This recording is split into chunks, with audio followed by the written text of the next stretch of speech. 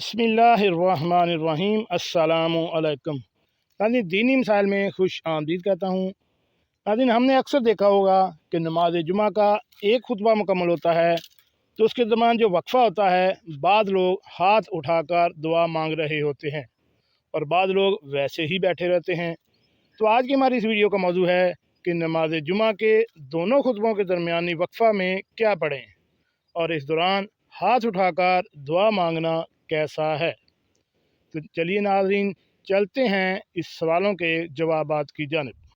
नाज़रीन, ऊपर वाले सवाल का जवाब ये है कि दो खुतबों के दरमियान हाथ उठाकर दुआ करना कहीं भी साबित नहीं है, लिहाजा बग़ैर हाथ उठाए दिल ही दिल में दुआ की जाए।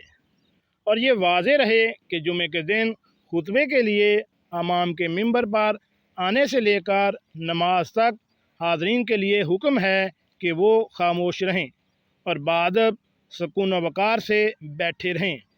इस दौरान दिल ही दिल में ज़िक्र करने या ज़रूर पढ़ने की इजाज़त है।